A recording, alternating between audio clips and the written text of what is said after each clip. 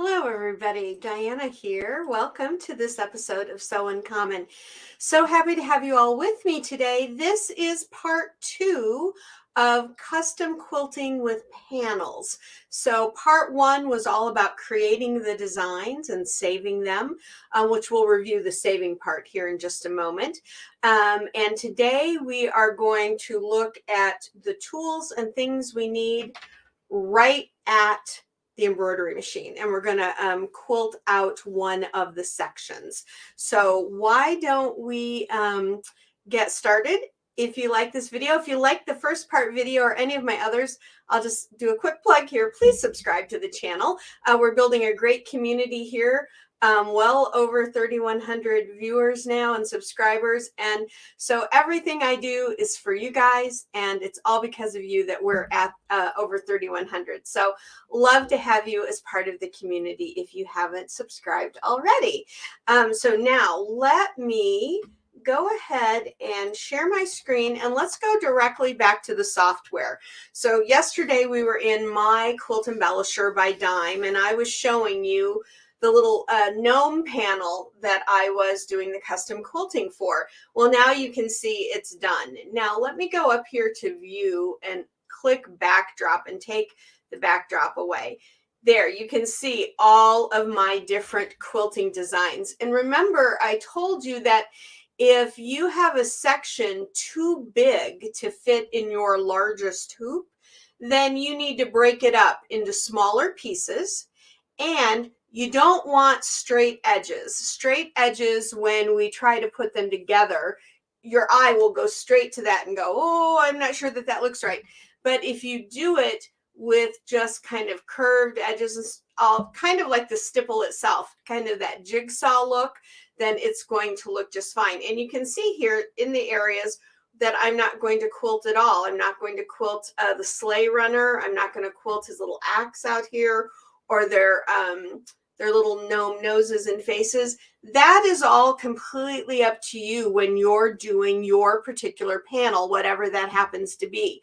You will place the quilting where you want it. Now, I know it looks kind of funny there, but wait till you see it, what's going on here over at the machine. So let's bring our backdrop back in so we can see it. There we go. Now, let's talk about saving our designs again. So you can save them one at a time as you make the quilting for one section. Save it and print out your template if you like, or you can do them all at the end. Just make sure to count how many you have and make sure that that matches the number that you have created on the screen. So this is section 1 right here. So when I want to save it, I'll highlight it because remember we've grouped each section. So everything about that section is all together. It will not, remember, it will not stitch out the numbers. These numbers you see are to number the sections, and they're just the artwork. They're not going to be in your design. So we've got it highlighted, and I'm going to come up here and say copy. And then I'm going to bring in a clean workspace and say paste. That's the design that I just, that you were just seeing on the panel. So that is my design 1. Now to do my template, I'll go up here to print preview.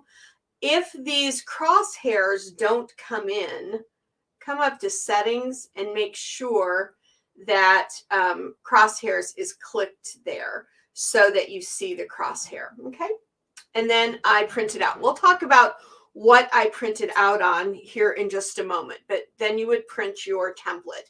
Now you need to save your template, and you're probably going to save it to a USB stick, or you might have a machine that allows you to transfer directly to the machine. I do that now. My other machine, I have to transfer via USB or the cord that comes with it for transfer. But on the Stellaire that I have, I can transfer it directly over. So you're going to save it to wherever it needs to be so that you can use it. And you'll just come up to File, Save As, choose that area, that folder, that USB stick from this drop-down box, give it a name, and then right here in the drop-down box, find your machine file format. If you are Janome and it's JEF, there you go. Brother Baby Lock Berninas are up here. Husqvarna Viking, you name it, it's all there. And then save it, and then you have this file. So then you'll have your file and you'll have your template, and you'll be ready with that pattern. Now, you might want to go through and save your files and print out all your templates before you even get started on the actual panel, instead of going back and forth. But I wanted to show that to you. So that was this section. Then I'd move on to number 2 and so forth until I had done them all. And I ended up with 22 sections in this particular panel, and it was 23 by 33 inches.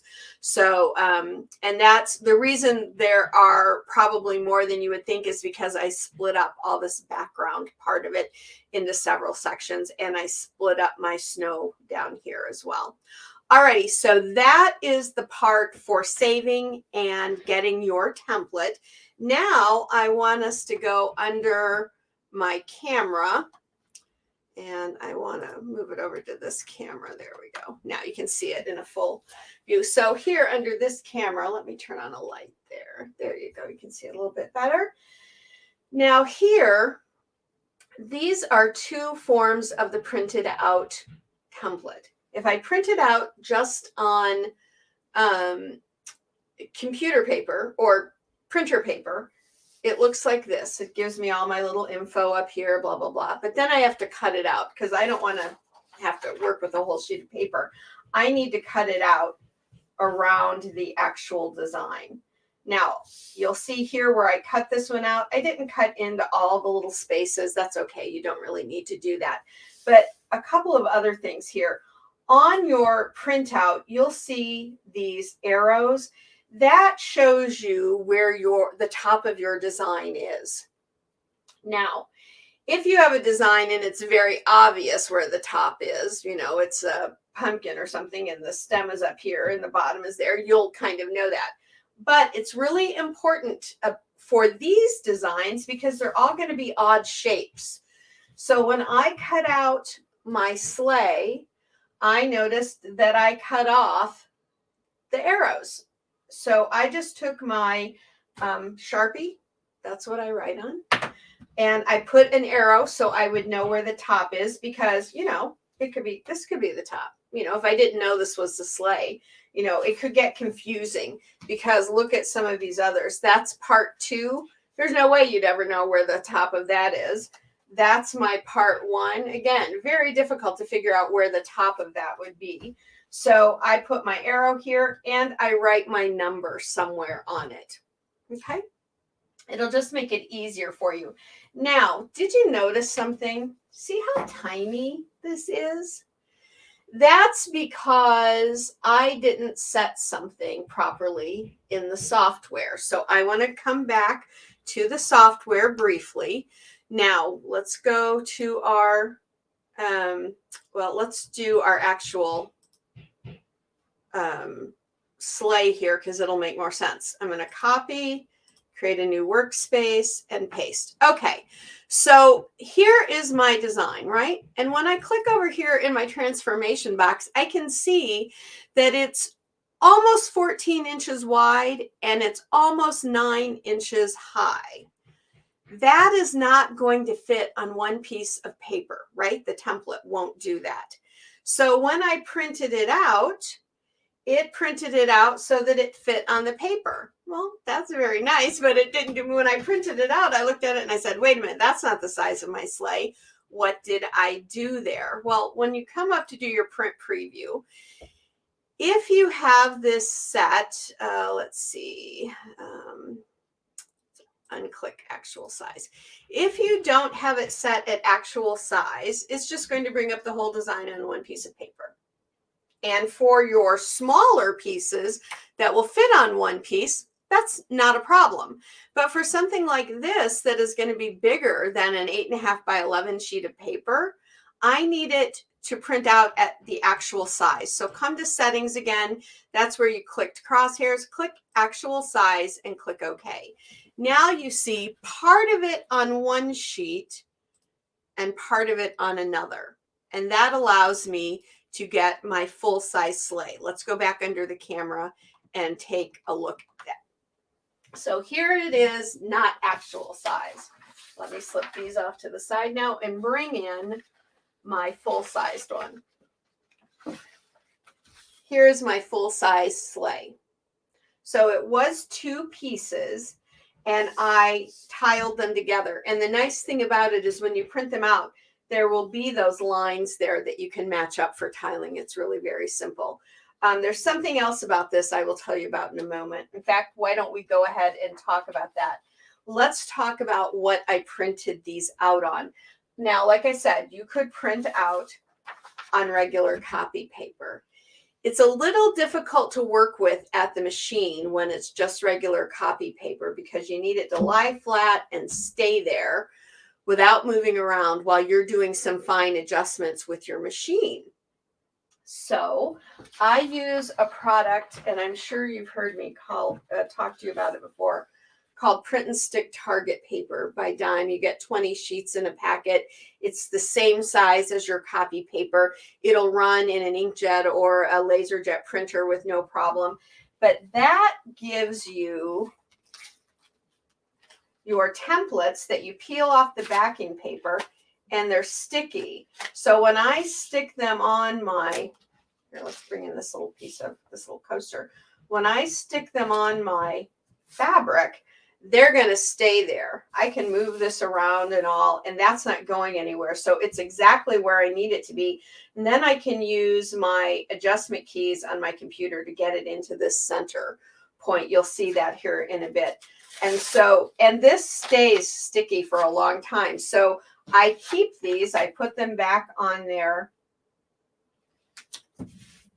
backing paper. And remember, so the backing paper is kind of dull on one side and shiny on another. You want to make sure and stick it back on the shiny side because it will stick permanently to the dull side. Okay, so there you go. And I can reuse this. So if I had several of these little panels and I wanted to do several gifts of this panel quilt, then I could just keep reusing this. Or if you're doing this for any kind of quilting, you can keep reusing your template until there's no sticky left. And I can usually use one set of templates and get all the way through at least a queen size quilt. Sometimes I get through a king, but it's not a problem to redo it. Now, when I printed out this sleigh, I printed out half of it on Print and Stick Target paper, and I printed out the other half on copy paper because as long as a majority, half of it is stuck in place, this side will stay where it is. And that way I was able to conserve my Print and Stick Target paper. I only needed to use 1 piece rather than 2. So what I did was I cut it at the line where you tile it, and I just stuck it onto the regular paper copy. And so when I peel that off, when I go to do the sleigh, it'll be all 1 piece. Half of it will be sticky to hold it in place, and then the other piece will lie nice and flat. So that's what I recommend. However, if you don't have Print and Stick Target paper laying around the house, don't freak out.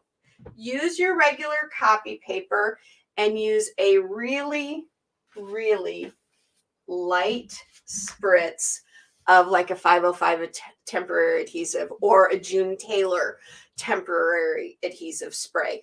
Something that is definitely made for fabric like 505. June Taylor I find to be a really lightweight spray. And so for something like this, you might want to do that just a quick.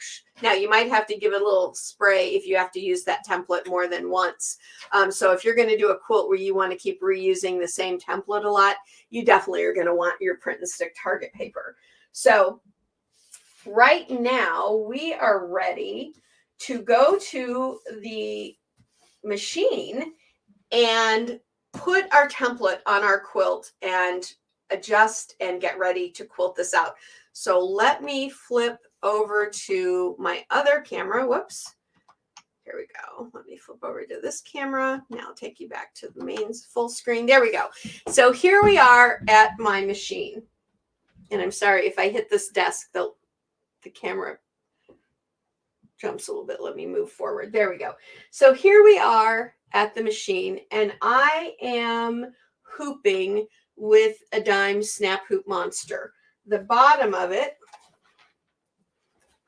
let's lift this up. Can you see? You can't see the bottom hoop. I'll show you what it looks like after under the other camera. The bottom hoop is the metal frame. No, these will not hurt your electronics on your machine. That is an old wives' tale, an urban legend, whatever you want to call it. So I've got this hoop, and the reason why I like to use this is because this hoop is attached over here on my on the arm of my machine. Let's see. There you go. You can see it right there. It's attached, and I never have to take the bottom hoop off. I just lift this off. I slide it off. I move my quilt around, and I'm ready to go. Now, I have created my quilt sandwich. I always do 3 or 4 inches around the side. I've got my backing fabric. I've got my batting, and I've got my top piece or my panel. And I have done pin basting with these large quilting pins. Okay, you could use your temporary adhesive. Sometimes I will use a temporary adhesive for a piece this small, but I won't use temporary for something much bigger than this. But today I decided to go ahead and pin baste this. So now I've got this in here. I've got the section in my hoop because I know, according to my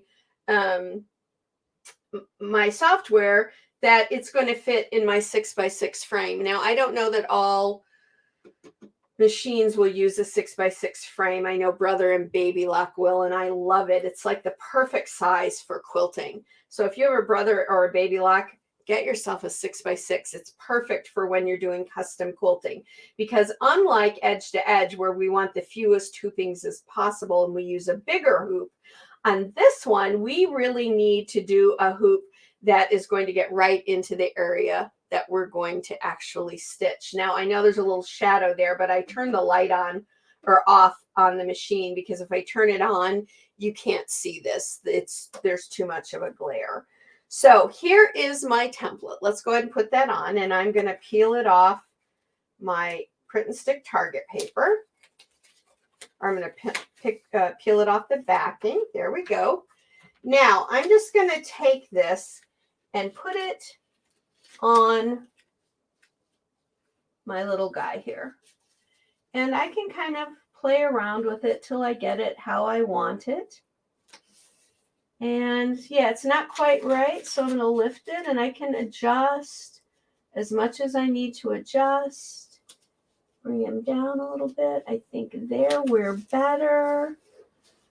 And I just want to rotate him just a wee bit. And the nice thing is you just lift it up and you just keep adjusting it until you get it where you want it.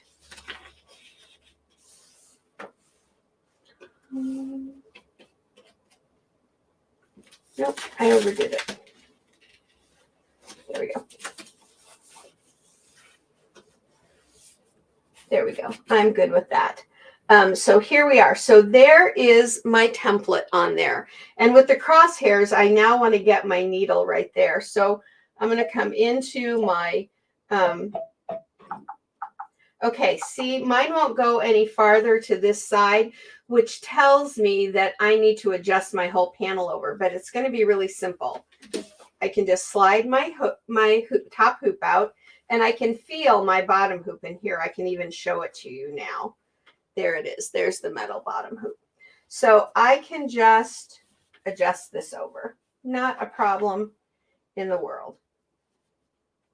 So I know it's going to be close there. And now I'm just going to take my top frame and I'm going to slide it back in. And then I can slide it and adjust it. And the nice thing is I can adjust my fabric, just like you saw me pulling on the outside, which we can't do with a traditional hoop, right? It'll pop the top hoop, end up being a mess.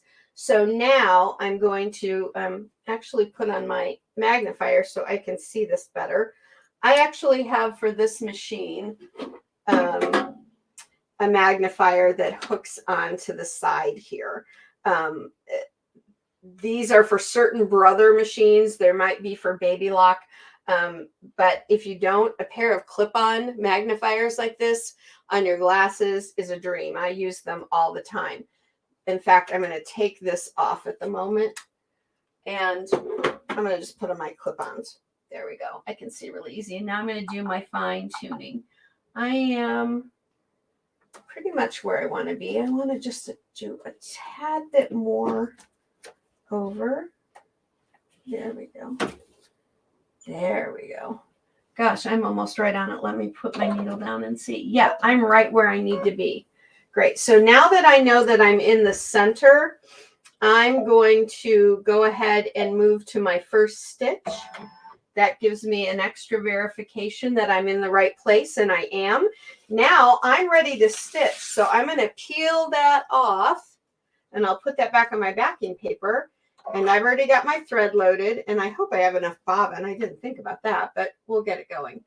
And now we're going to watch it actually do the quilting. And I know this is something a lot of folks have wanted to see, the actual quilting. So that's why I wanted to bring us to the machine today and see that.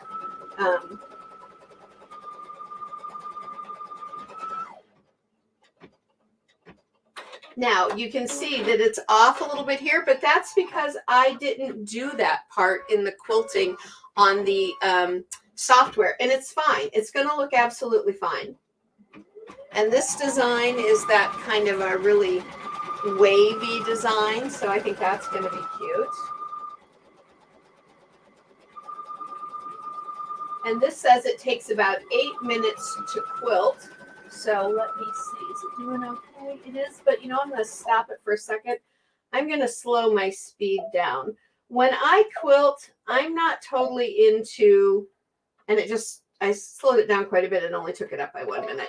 I'm not into speed. I want things to be accurate and accurate the first time. So I don't worry about speed that much, but you can see it's just stitching. And when this is done, I'll take it off and show you how the first one stitched out with the quilting as well. So it's working really well. I'm liking it. And that's going to take a little while, and I don't want you sitting here for 9 minutes. So let's go back to, let's come back to our regular screen. Let me take that off. Okay. So I've done part 1. I'm now doing part 2. But if you want to stay in one area of the quilt and then go to another area of the quilt, don't think that you have to follow your numbers. So I could do 1 and 2, and then I could go on to my black background on this side. And those are like pieces 20, 18, 19, and 20 or something. So I could choose to do those and do this whole side first and then move over to the other side. Yep, it's going great still. I'm liking it. Now, I will tell you, let me bring you back under the camera one more time, and I'll show you some of the other products that I use, some of the other tools. So for my batting, I know people always ask when you're quilting, what batting did you use? I use Quilter's Dream Cotton. It's a 100% cotton batting. And it has the seal of approval of the Cotton Council, so that's good. And I have here, I buy crib size a lot. And I save them to use for my small projects, for my wall hangings and my table runners and all that kind of stuff, all my smaller projects. So I always keep like 3 or 4 of these in my stash. And then I'll buy specific sizes if I'm doing a specific sized quilt. Now they have a Super Queen and a King, but no Cal King. That's interesting. They have a craft size, which is 46 by 36. That could get you like a table runner and a couple of placemats done pretty easily. So you could think about that. And I choose to use the natural rather than the white because the natural is unbleached. And I prefer to use that because if I gift a quilt, I don't know if someone might need it to be that unbleached, if the bleached would cause them a problem. I don't know that allergy-wise. You get what I mean? Now, I always use a Dream Cotton for my bed quilts. I don't always use the Dream Cotton for my smaller pieces. It happens to be what I had in the house today, which allows me to get this piece done.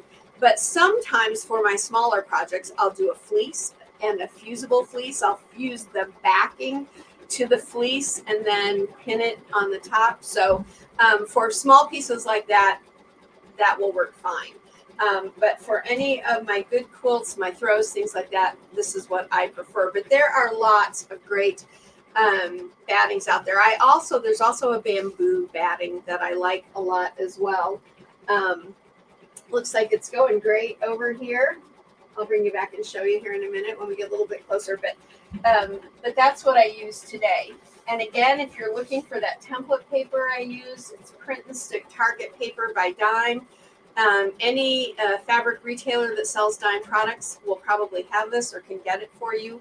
I'm sure you can also buy it at Dime's website as well, dzgns.com. And then those are my pins that I use for my pin basting and my Sharpie. So silly stuff, but I'm just trying to give us some time here for this to be done. Why don't we go ahead and check back in and see where we're at now. There we go. Here we are with it, and see how beautiful it's stitching out. If you want to know the color I'm using on here, it's 814. It's exquisite 40 weight, number 814. That's the color I chose for the beards. It's not really that white ivory. It's actually just called tan, and I really like that. But you can see it's just moving around the piece, and it's doing a beautiful job. So see how easy it is to customize. And we're customizing a panel here. This is the same exact way you would do this if you're doing the Hoffman Dream panel that we talked about yesterday for a bit in the other video. If you're looking for the other video to this series, part 1, Custom Quilting with Panels, part 1. The date published was November 22nd, 2022, if that helps you. This is how easy it is to do this for any quilt that you're doing customization. So maybe you're not doing a panel, but maybe you want to customize a regular quilt that's pieced. With customization, you can customize the points of your stars. You can leave the background empty and bring out all the stars in different designs, or stitch in the background only. It's all entirely up to you. And it looks like we're getting close to being done here. We'll just let it go ahead and finish.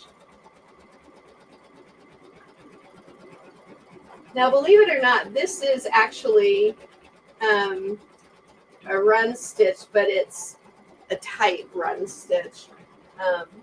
Yeah, I'm loving how it is looking. So it takes, because I turned my speed down to 500 stitches per minute, that's what I'm doing now. This is taking me 9 minutes of stitching. On my first one, which is this design right here, I had it up to 700. Now my machine will go up to 1080, I think. I don't ever run my machine at high speed like that. I get nervous at high speeds, so I run them at slower speeds. That's my choice. But this one probably took me about, I don't know, 3 or 4 minutes. So you can see as you add these up, I can do this whole piece in a day with no problem at all. The Hoffman Dream panel, which is about 43 by 43. In fact, let's go back to our software. Do I still have the Dream panel in here? I do. Here's the Dream panel. I'm working on it. In yesterday's visit, I said you do a different color in each petal. Actually, I meant a different design in each petal, and then I color them differently just so I can see them. But you can see on this Hoffman Dream panel, boy, there's like 40 or 50 petals here. That is not a one-day project. Now, maybe if everybody is leaving the house that morning and they're going to leave you alone till about 10 or 11 at night, you might get this done. But if you're trying to get it done with everybody running around like tomorrow on Thanksgiving Day, you're not going to get your whole Hoffman done. I don't think. If you do, you surprise me. You let me know if you get your Hoffman done from beginning to end. I know I won't be getting my whole Hoffman done tomorrow, but I'll probably have a little bit of time to work on maybe half a dozen petals or so. And because it's customized, I can take this out of the hoop because I need to rehoop it for all these other parts. So when I'm done, I can take it off my machine, set it aside for a little bit, come back to it the next time I get to do that. Okay, this one is done. Let's see it. Here we go. It's all completely finished. Click OK over here. Now I'm going to take off my top hoop and set it aside. And I'm going to go ahead and bring this out of my machine. There's my bottom hoop. That's the bottom hoop of the Snap Hoop Monster. Let's go ahead and flip my camera again, and I will show you now this underneath this camera. Okay, here we go.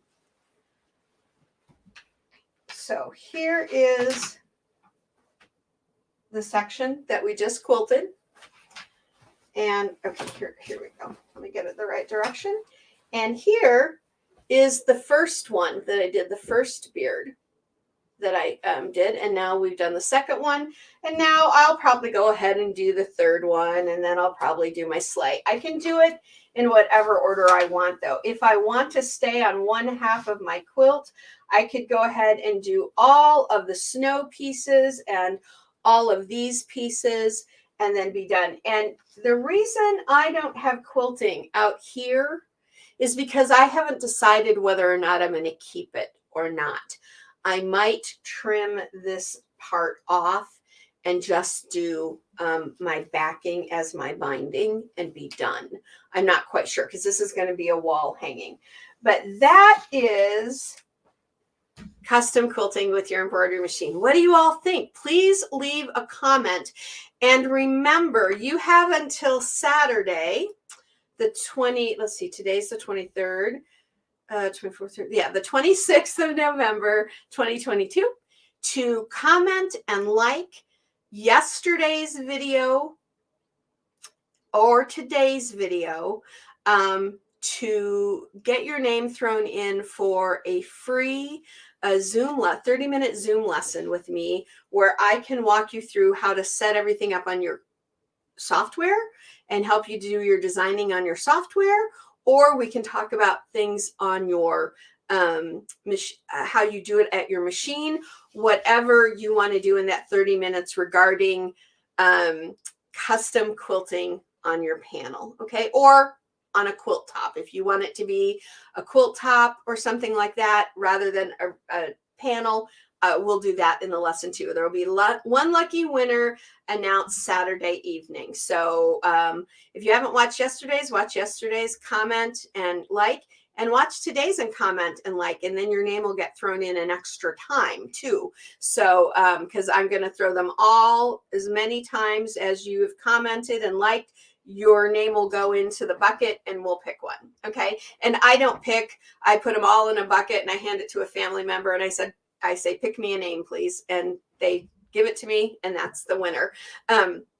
So that's how that's going to work. Now, today is Thanksgiving Eve here in the United States. So I want to wish not just my fellow U.S. Citizens and neighbors a happy Thanksgiving, but I want to wish a happy Thanksgiving to everyone across the world. This is my favorite time of year, and I feel especially lucky and especially blessed and thankful for all of you for your support of Sew in Common. So until next time, go do your custom quilting on your panels. Start doing it. And I'd love to see it. So don't forget to take your photos, do hashtag Sew in Common so that we can see your beautiful work and sew life beautiful. Until next time, everybody, have a great day. Bye.